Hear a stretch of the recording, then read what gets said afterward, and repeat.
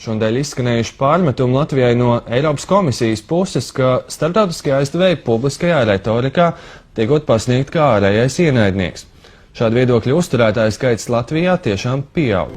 Eiropas komisija aizdeva naudu Latvijai tikai tāpēc, lai glābtu Zviedrijas bankas un iekšzemes koproduktu, jo 20% no tā investēta Latvijā.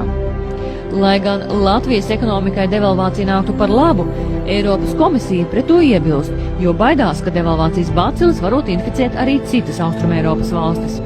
Aizdevēji ir ieinteresēti Latvijas ražošanas sagraušanā, lai mēs būtu spiesti vairāk pirkt citu valstu ražotus produktus. Ja valsts nespēja atmaksāt parādu, tad valūtas fonds iesaka pārstruktūrēt ekonomiku un privatizēt skolas, komunālo pakalpojumu sniedzējus, enerģētikas kompānijas un pārdot tās ārvalstu korporācijām. They have told the Latvian government, close down half of your hospitals, tell half of your doctors to leave. You can't afford it. Cut public sector wages by up to 40%. You can't afford it. Close down half your schools. Your immigration rate is not enough. So I asked the Prime Minister to go back to the IMF and the EU and say, can you spell out how much our lifespans are supposed to shorten? The IMF and the European Union especially have said, we will lend you money, but you can only use it to pay the Swedish banks that have extended your loans, and only use it to support the exchange rate so that Latvian mortgage debtors can afford to pay their debts to the Swedish banks. You cannot use it for any domestic expenditures. We don't want you to use EU or IMF money to put any industry in place. We want you to tear down your textile industry so you will be good customers for the European Union. We want you to stop feeding yourself and dismantle your agriculture so you can buy our grain surpluses.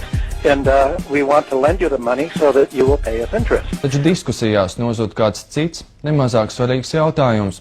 Kā šo naudu pielietot tā, lai parādu pēc tam maz varētu atdot? Var jau teikt, ka par to domāsim tad, kad nauda būs jāsāk atmaksāt, taču skaitītājs skriešas jau šobrīd, un jau no nākamā gada procentos viena Latvijai būs jāmaksā summas, kas skaitāms vairākos 10 miljonu eiro. No starptautiskajiem aizdevēju apsolītajiem 7,5 miljardiem Latvija šobrīd ir saņēmusi 3 miljardus eiro.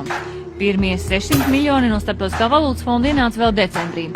Tad 2 katrs miljardu liels maksājums no Eiropas komisijas un pavisam nesen mūsu neizdarību aizkavētie 200 miljoni no Starptautiskā valūtas fonda. Tiesa gan prieku par saņemto naudu zemajiem procentiem, un tie ir 2,3–3,1% gadā, nomāca jautājums, kā mēs šo naudu atdosim.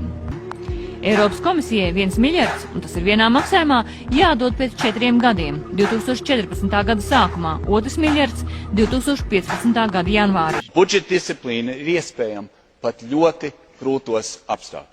Bet tajā pašā laikā visā pasaulē bankās iegulda lielu naudu un banku vadībai atļauj saņemt bonusus.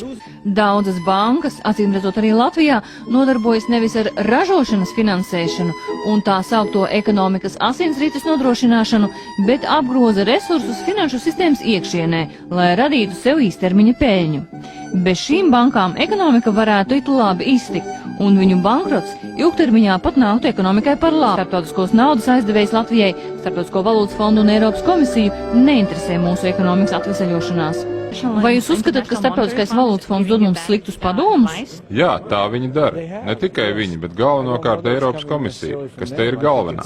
Es domāju, ka viņus vairāk uztrauc viņu pašu bankas, Zviedru bankas, Austriešu, Bēļu, Franču bankas. Tās kopā Austrumeiropai un Centrāla Eiropai ir kredītos aizdevuši simtiem miljonu, triljonu, un tāpēc negrib fiksētā valūtas kursa sabrukumu.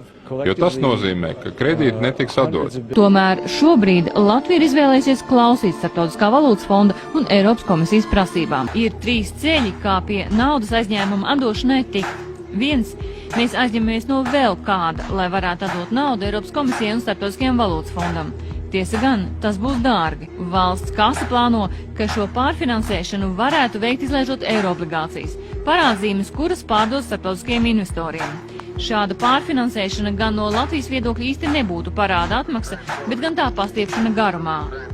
Otrs veids, kā tikt pie naudas, izpārdot valsts īpašumu. un Parex banka ir šā saraksta galvgalība, bet var gadīties, ka nāksies pārdot arī Lattelekom akcijas un vēl šo to, lai tiktu pie līdzekļiem aizņēmuma atmaksai. Trešais veids, un tas šķiet visneticamākais, nopelnīt naudiņu pašiem, ekonomikai strauji atgūstoties no krīzes. Tā kā veiksmīga ekonomikas restruktūrizācija šķiet arvien miglēnāks sapnis, tad parādu visticamāk nāksies sekt izmantojot pirmo divu variantu kombināciju. Mums naivi ir cerēt, kad tā krīze pat no sevis beigsies, kad ierēģiņi sāks sev cirst nost visu to tā kā roku sev noņemt. Kurš tā labprātīgi to darīs? Neviens. 2008. gada beigās, kad strauji sāka kristies iekšzemes koprodukts, valsts budžetā veidojās milzīgs deficīts. Tā kā treknējos gados nebija veidoti uzkrājumi, valdība vienojās ar starptautiskajiem aizdevējiem par iespēju aizņemties 7,5 miljardus eiro.